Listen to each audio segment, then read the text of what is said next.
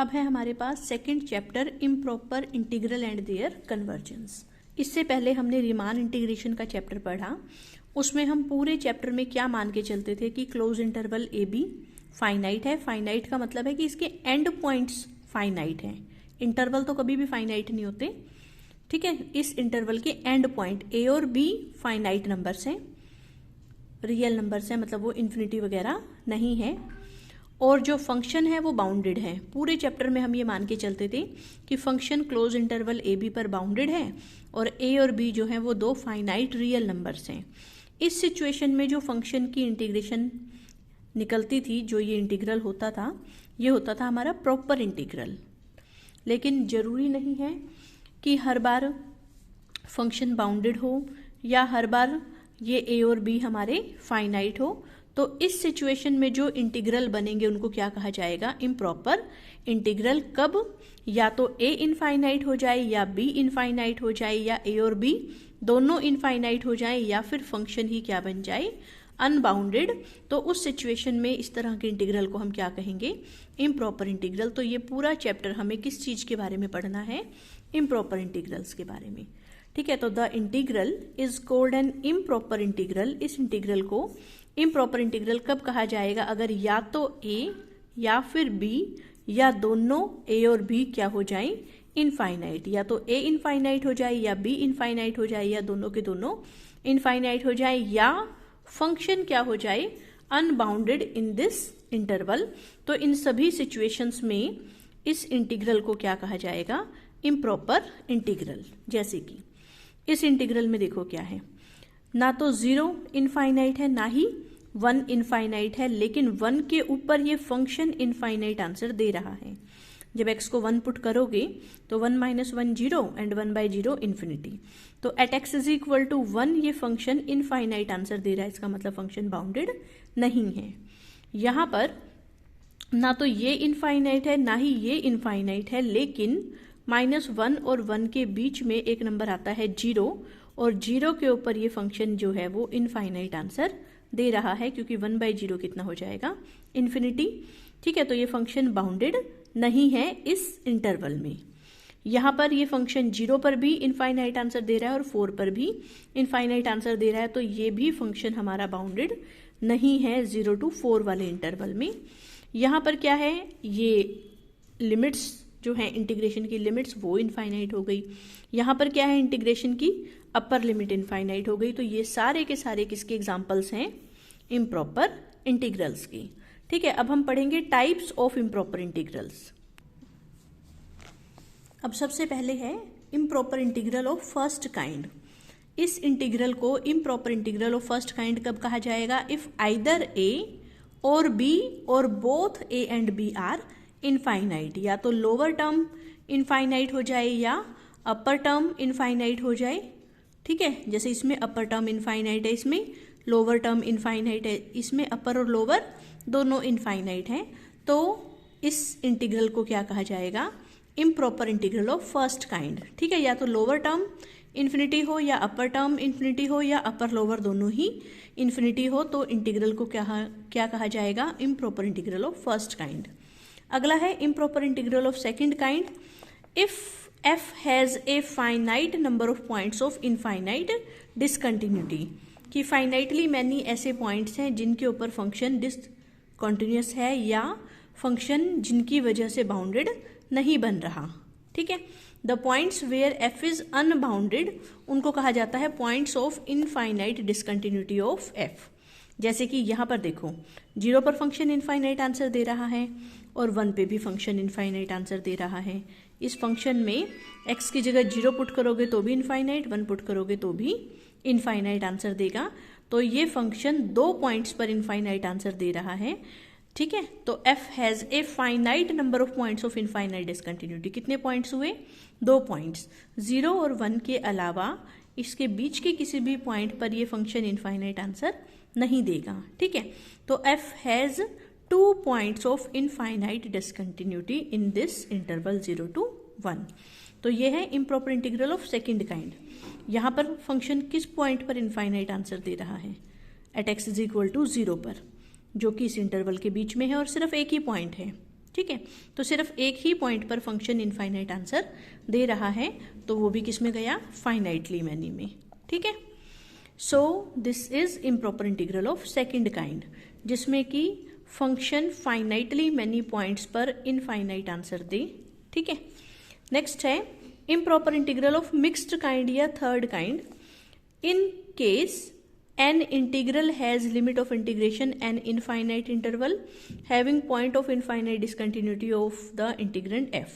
इसमें दोनों सिचुएशंस हो सकती हैं। देखो, ऐसा भी हो सकता है कि इंटीग्रेशन की लिमिट इन्फिनिटी हो, और ऐसा भी हो सकता है कि किसी पॉइंट पर फंक्शन इनफाइनाइट आंसर दे रहा हो, जैसे कि ये फंक्शन 0 के ऊपर इनफाइनाइट आंसर दे रहा है।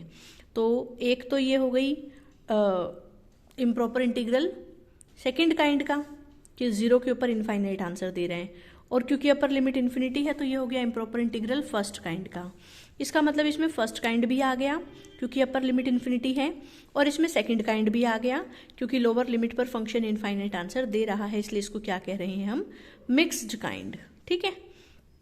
ऐसे ही इसमें देखो अपर और लोअर लिमिट्स इन्फिनिटी हैं, तो ये हो गई फर्स्ट काइंड, और at x is equal to 1, x की वैल्यू 1 पुट करेंगे तो ये फंक्शन इनफाइनाइट आंसर देगा, और जो कि x इज इक्वल टू 1 इसके बीच का पॉइंट है, माइनस इन्फिनिटी से इन्फिनिटी के बीच का। इसका मतलब ये सेकंड काइंड की भी इम्प्रॉपर इंटीग्रल है कि इंटरवल के किसी एक पॉइंट पर फंक्शन इनफाइनाइट आंसर दे रहा है। तो मिक्स्ड काइंड में क्या है, फर्स्ट काइंड भी होगी और सेकंड काइंड भी होगी, ठीक। इसके बाद है अगर फर्स्ट काइंड के इम्प्रॉपर इंटीग्रल है तो उसे सॉल्व कैसे करना है। अब फर्स्ट काइंड में भी 3 केसेस हो सकते हैं। पहला अगर अपर लिमिट इन्फिनिटी है, दूसरा अगर लोअर लिमिट इन्फिनिटी है, और तीसरा अगर अपर और लोअर दोनों इन्फिनिटी है, ठीक है।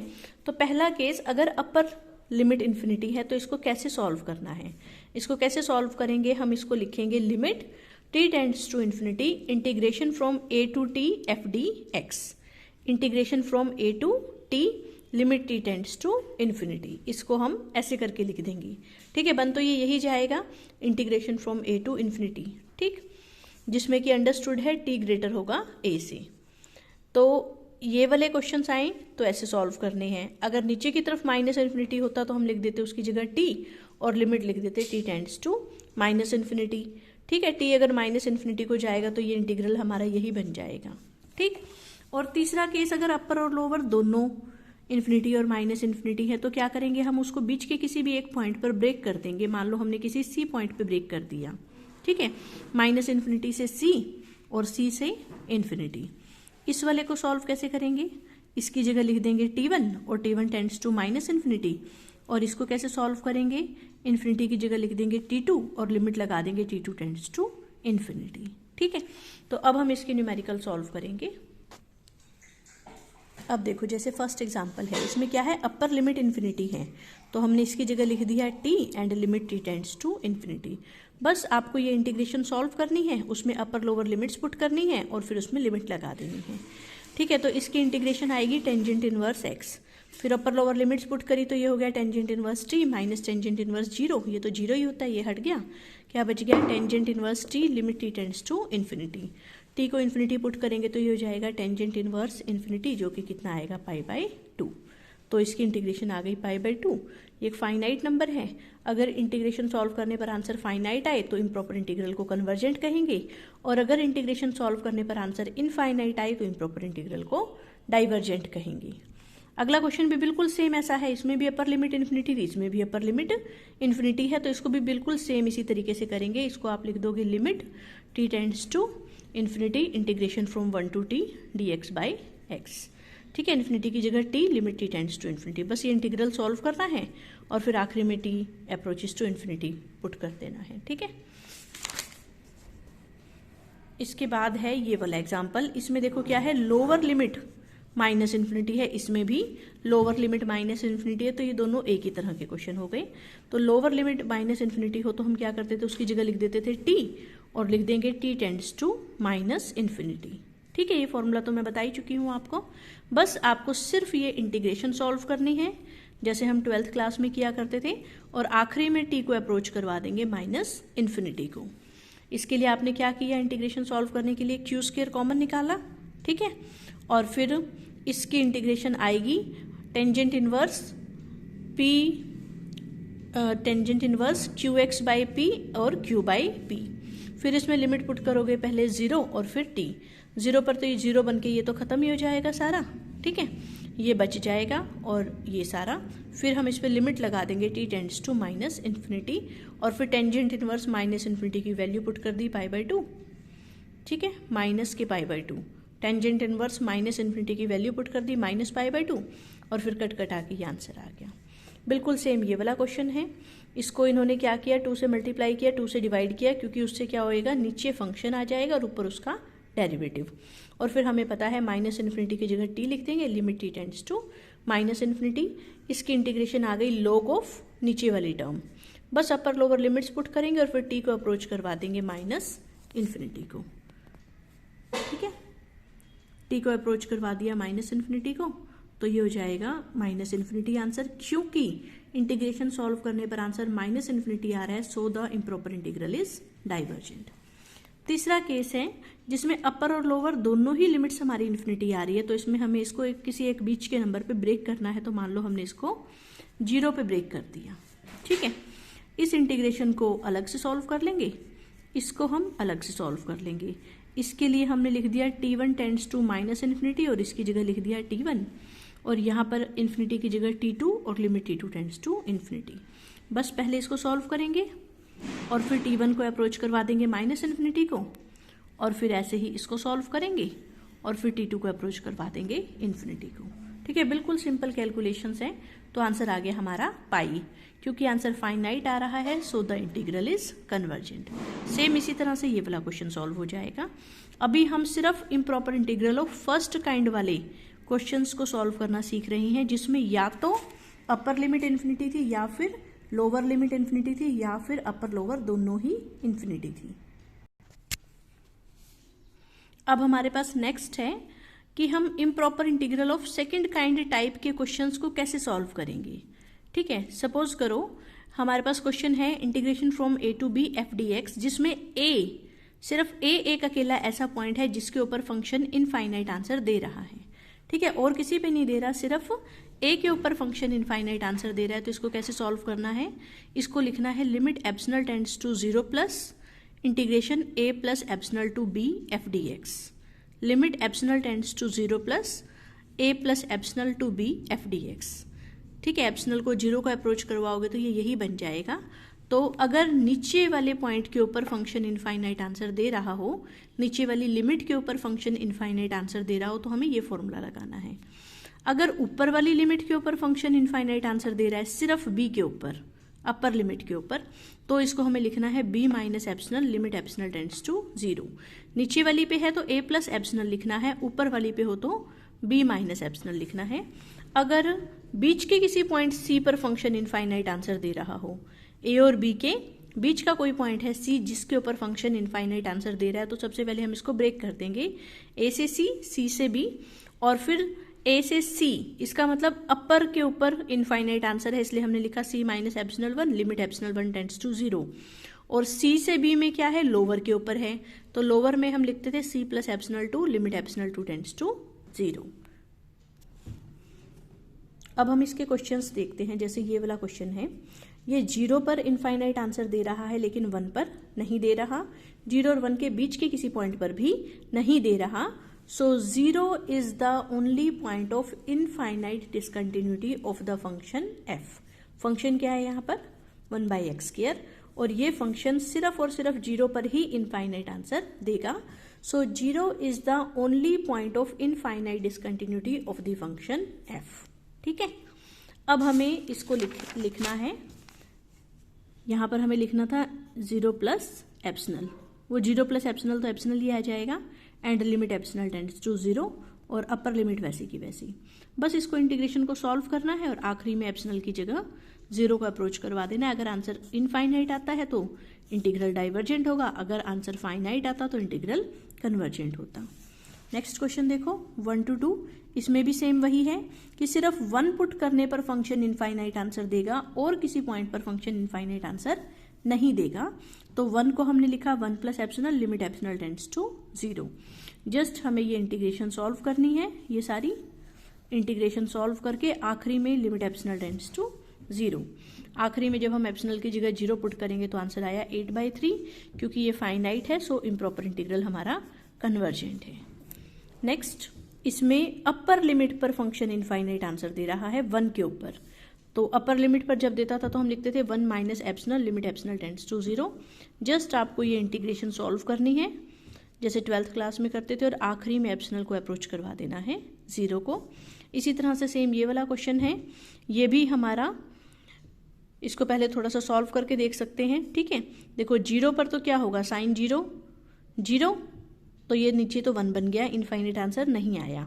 और π/2 पे क्या होगा, साइन π/2 1 एंड 1 माइनस 1 0। इसका मतलब π/2 के ऊपर ये फंक्शन इनफाइनाइट आंसर दे रहा है। सो ये अपर लिमिट वाला जो तरीका सेम यहाँ था वही तरीका यहाँ पर लगेगा। नेक्स्ट क्वेश्चन है जैसे integration from 0 to 1 x² - 3x + 2। 0 पर तो ये इनफाइनाइट आंसर देगा नहीं, लेकिन 1 पर ये दे देगा, इसलिए हमने लिखा 1 minus epsilon limit epsilon tends to 0। Just इस इंटीग्रेशन को सॉल्व करो। इंटीग्रेशन सॉल्व करनी आपने 12th क्लास में अच्छे से सीखी थी, और इंटीग्रेशन सॉल्व करके आखिरी में लिमिट लगा दो एप्सिलॉन टेंड्स टू 0। नई चीज़ जो हम यहाँ सीख रहे हैं वो सिर्फ ये कि ये वाली लाइन कैसे आई, ठीक है ना।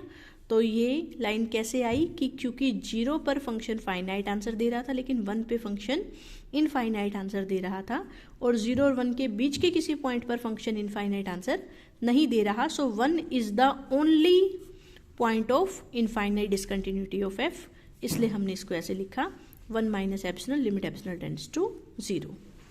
ठीक है, फिर तो जस्ट इंटीग्रेशन सॉल्व करके आखिरी में एप्सिलॉन को 0 को अप्रोच करवाना है। अब है वो क्वेश्चन जिसमें अपर लिमिट पर भी और लोअर लिमिट पर भी दोनों पर ही फंक्शन इनफाइनाइट आंसर दे रहा है। तो इसको हम बीच के किसी पॉइंट पर ब्रेक कर देंगे। मान लो हमने 0 पर ब्रेक कर दिया, माइनस a और a के बीच में 0 पर ब्रेक कर दिया। ठीक है, फिर क्योंकि यहाँ पर क्या है, लोअर लिमिट पर है, तो हमने लिखा minus a plus epsilon 1 limit epsilon 1 tends to 0। और यहाँ अपर लिमिट की वजह से फंक्शन इनफाइनाइट आंसर दे रहा है, तो इसको लिखेंगे a minus epsilon 2 limit epsilon 2 tends to 0। बस इस इंटीग्रल को I1 नाम दे दो, इसको अलग से सॉल्व कर लो। इस वाले सारे को I2 नाम दे दो, इसको अलग से सॉल्व कर लो। आखिरी में दोनों को ऐड कर दो तो आंसर आ जाएगा। ठीक है, I1 सॉल्व किया, इसी तरह से फिर यहाँ पर I2 सॉल्व करेंगे और दोनों की वैल्यू पुट कर देंगे, तो आंसर आ गया 0। क्योंकि आंसर 0 है, फाइनाइट है, सो इम्प्रॉपर इंटीग्रल इज कन्वर्जेंट। ऐसे ही अब ये वाला क्वेश्चन है कि हमें इसको चेक करना है कन्वर्जेंट है या डाइवर्जेंट है। तो इसमें हम देखेंगे कि 0 पर ही फंक्शन इनफाइनाइट आंसर देगा, 1/e पर नहीं देगा, बीच के किसी पॉइंट पर भी नहीं देगा। ठीक है, सो 0 पर दे रहा है तो 0 को लिखा 0 प्लस एप्सिलॉन, मतलब कि एप्सिलॉन और limit epsilon tends to 0। Just ये इंटीग्रेशन सॉल्व करके आखिरी में एप्सिलॉन टेंड्स टू 0 पुट करना है। ठीक है, तो इसमें आपको इंटीग्रेशन सॉल्व करनी आती है, जस्ट सिंपल इंटीग्रेशन सॉल्व की और उसमें limit epsilon tends to 0 put किया तो आंसर आ गया 1, जो कि फाइनाइट है। So the improper integral is convergent.